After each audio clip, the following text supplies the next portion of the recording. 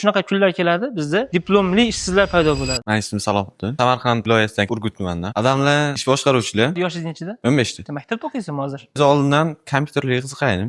Toshkentga baribir sharoit yaxshi, ish yo'qsa deganlar uchun Amikim Topkali Najot tanladim. Уже Toshkentga o'tib ketisizda. Insoniy tavsiyam adabiycha gapirishga harakat qilinglar. Bu ertaga turli insonlar bilan, turli jamiyatlarda tanishishga, o'zaro muloqot qilishda osonlashtiradi. Maktabdan keyin nima qilyapsiz? Amikim do'konlarga yordam berib turaman. Shart emas, siz kelib coworkingda maksimum foydalanib dars qiling. Mana kimdir shu yerda o'tirib ingliz tilida dars qilsa ham hech kim sizga indamaydi. Kitob o'qisa ham hech kim sizga indamaydi. Javob: coworking ta'lim olish uchun. Nima uchun coworkingdan foydalanmayapsiz uncha? Vaqt. Hop, maktab 6 da 7 da tugaydi. Ikkinchi kelib dars qilsangiz bo'ladi-ku yana. Uje u yo'g'iga kech bo'lib qoladi. Yo, mana shanba, yakshanbachi unda hop. Yakshanba kuni kelib turaman 1-2 soat. Bo'lmagan gap, noto'g'ri. Shanba va yakshanba full o'qisiz bo'ladi coworkingda vaqt. AIdan qay darajada foydalanyapsiz? Ha, foydalanib turaman. Hop, mana Google yaqinda o'zini dasturchilar uchun yangi narsa chiqardi. Anti-gravity. Kim foydalandi shundan? Masalan, men foydalanib ko'rdim. Nimaga sohadagi odam bo'lib qiziqmaysiz? Men masalan jamiyatda nima bo'layotganini har doim bilib boraman. Anti-gravity dasturchilar uchun eng yaxshisi. Yondirdi, OpenAIda ham hammasini sindirdi. Ishlatib ko'rsin hamma. Lekin uyga vazifa qilishlik uchun emas. Avvallari dasturchilar kod yozish uchun kerak bo'lgan. Fundamental darajada masalan deylik, birorta CRM, ERPmi,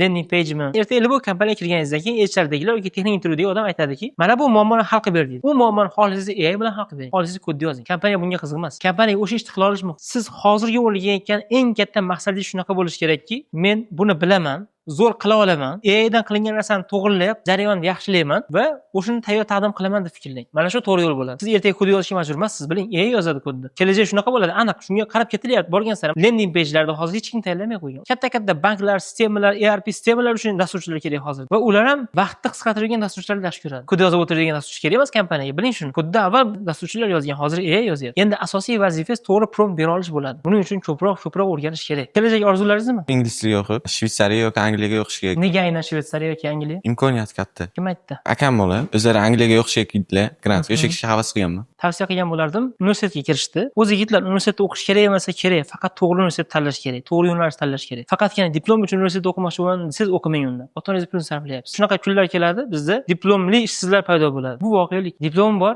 ishsizlar ko'payib ketadi. Qachon? Ular to'g'ri o'qimasa. Endi yana bir tavsiyam, startaplarga qiziqing. Startap jamoalar quringlar. 14-15 yoshda farqi yo'q ularga. Kuchli mutaxassis bo'ldi, startaplar kel ukam deydi. Takror aytaman, startap jamoasiga oylik emas, balki kelajak muhim har doim. Va shuning uchun ham startaplar kerak bizga. Startaplar dunyoni o'zgartirishi mumkin. Agar ichingizda kitobxonlar bo'lsa, yana bitta kitob tavsiya qilaman. Farovonlik paradoksi. Yozinglar, mutolaada ham bor. Jamiyatda qay darajada startaplar o'zgartirib yuborishligi haqidagi eng yaxshi kitoblardan biri. Har bir startaper o'qish kerak bo'lgan kitob. Rahmat sizga.